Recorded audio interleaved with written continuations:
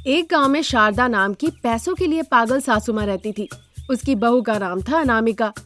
सास बहू दोनों ही पैसा कमाना चाहती थी। शारदा का बेटा रमेश शहर में एक सुपरमार्केट में काम करता था। हर दिन वो अपनी पत्नी और माँ के लिए शहर से कुछ न कुछ लाया करता था। तभी एक दिन रमेश अपनी पत्नी अनामिका से कहता है, अनामिका, तुमने कहा था ना शैम्पू चाहिए, ये लो मैं ले आया हूँ। अरे इतना बड़ा क्यों? ये तो बहुत बड़ा है। मैंने तो आपसे एक छोटा सा पैकेट लाने को कहा था और आप पूरा डब्बा ही उठा कर ले आए। इससे खर्च कम होगा अनामिका। अगर हम शैम्पू का पैकेट इस्तेमाल करेंगे तो उसे रोज रोज लाने की झंझट, इसका इस्तेमाल करोगी तो एक बोतल पूरे 2-3 महीने चलेंगे। अच्छा ऐसी बात है, फिर तो आपने बहुत अच्छा काम किया। जब रमेश और अनामिका बातें कर ही रहते तभी वहाँ शारदा आ जाती है। बहू के हाथ शैम्पू की बोतल देखकर शारदा को बहुत जलन हुई। क्या बेटा, बहू के लिए ऐसा क्या लेकर आए हो? मुझे भी जरा दिखाओ तो। क्या सोच रहे हो, मैं मांग लूंगी क्या?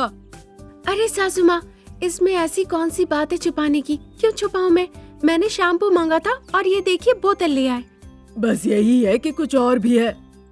अरे माँ, तुम दोनों हमेशा क्यों झगड़ते रहती हो?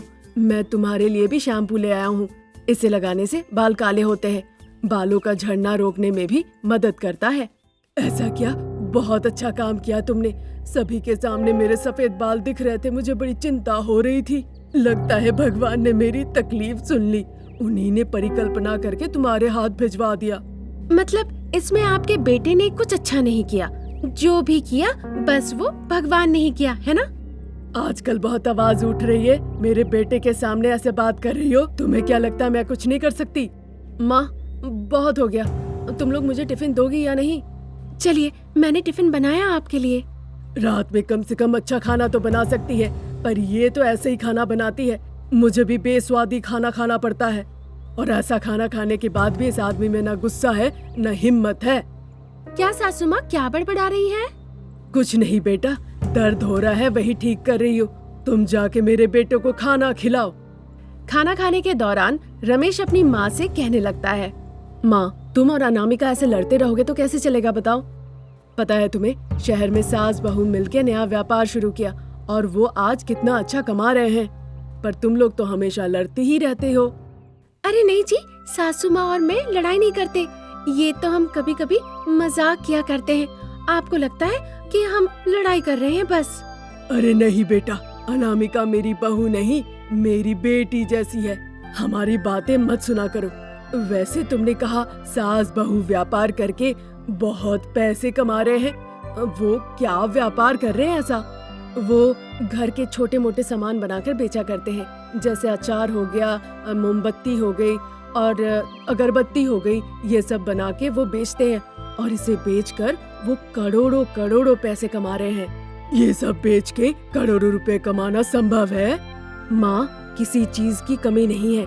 उन लोगों ने ये सब काम करने के लिए आदमी भी रखे हुए हैं और बहुत अच्छे पैसे कमाते हैं, और ये सब हो पाया है सास बहू की स्मार्टनेस की वजह से। पर सासू माँ, मैं भी कुछ ऐसा ही सोचती हूँ, क्या कहती हैं? ठीक है, जो मैं सोच रही हूँ वही बहू ने कह दिया। फिर जल्दी हम अपना एक व्यापार भी शुरू करेंगे। इस तरह सासू माँ और बहू रानी रमेश से कहती है और फिर इस बारे में सोचने लगती है।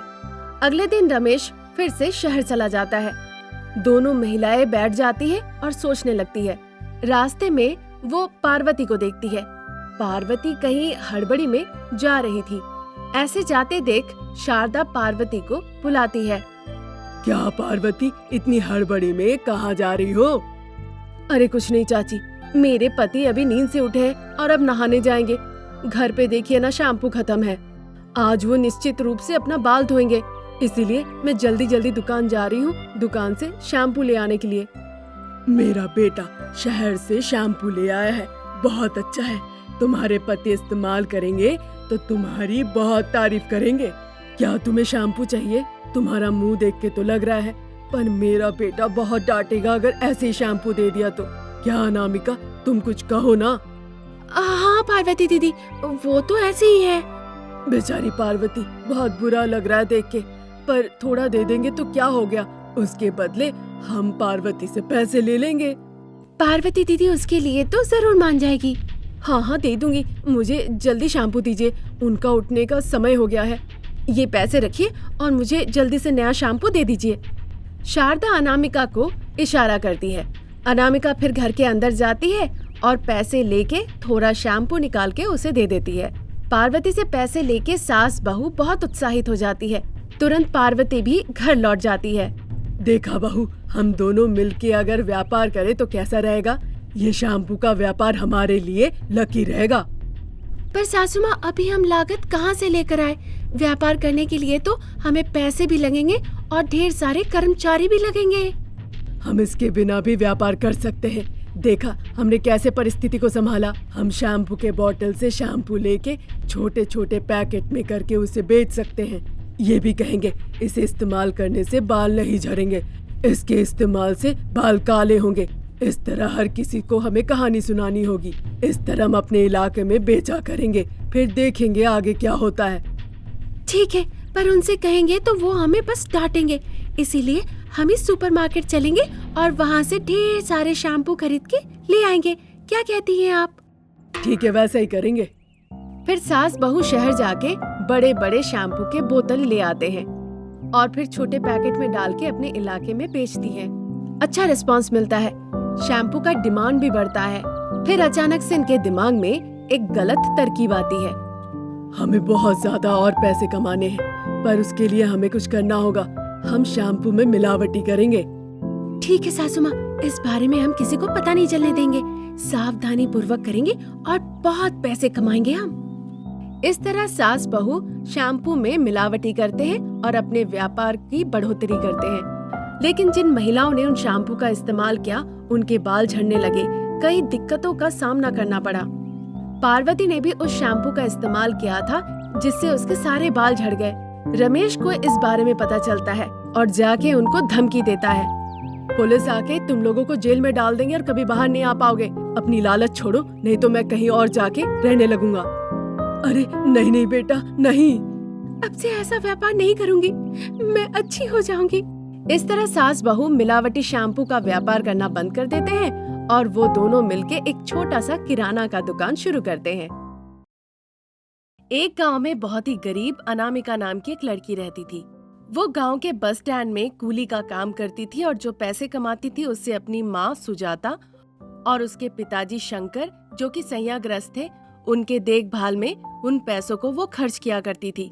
एक दिन अनामिका बीमार महसूस कर रही थी तो वो जल्दी घर आ जाती है। क्या हुआ बेटा, आज तुम जल्दी घर आ गई? तुम्हारी तबीयत ठीक नहीं है क्या?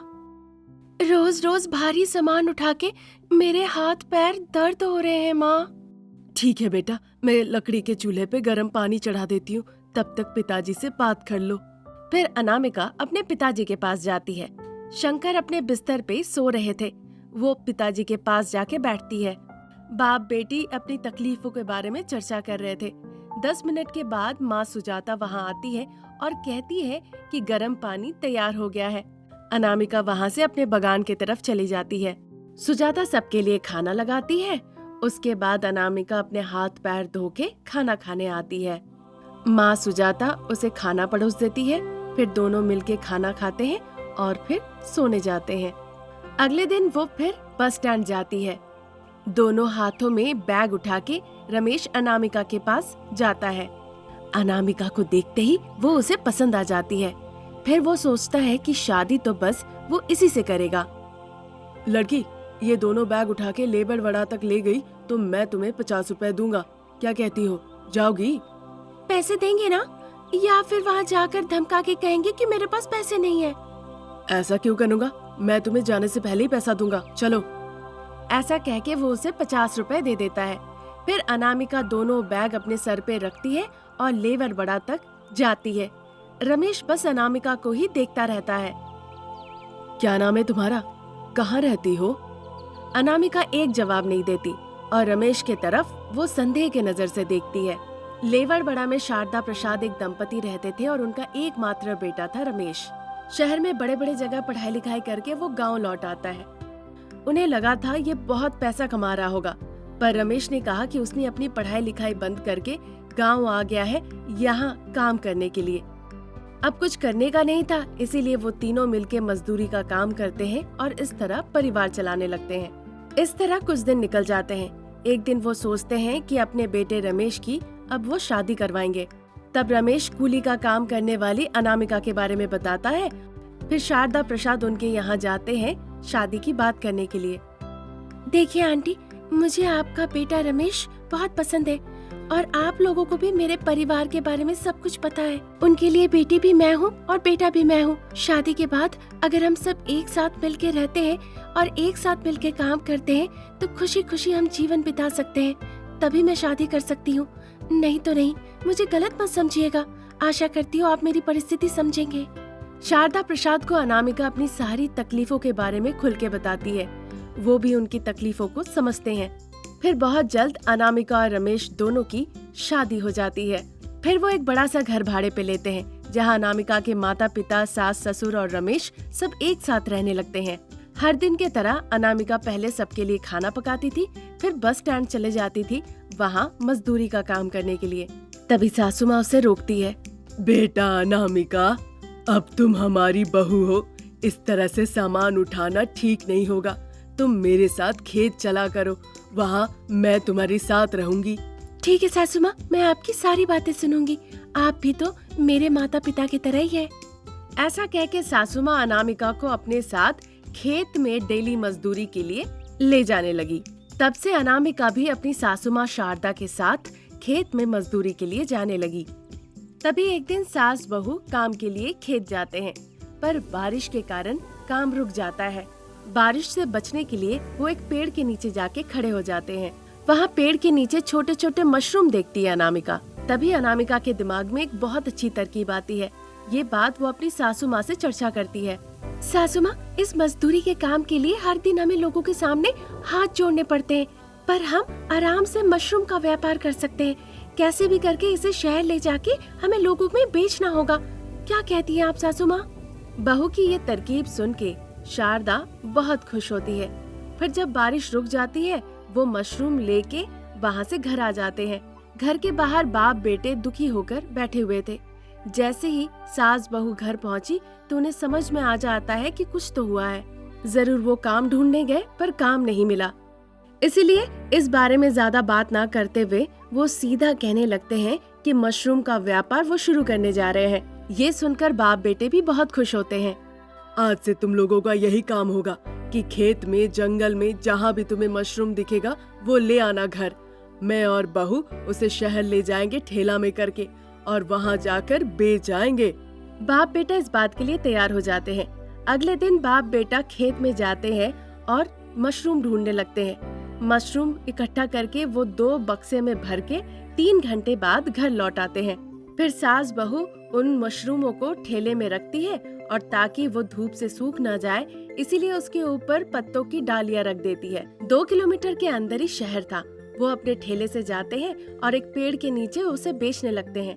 मशरूम ले लो बाबू, मशरूम, ताजे ताजे मशरूम, सीधा खेत से लाया गया मशरूम। आओ बाबू आओ। केजी 100 रुपए, आधा केजी 50 रुपए।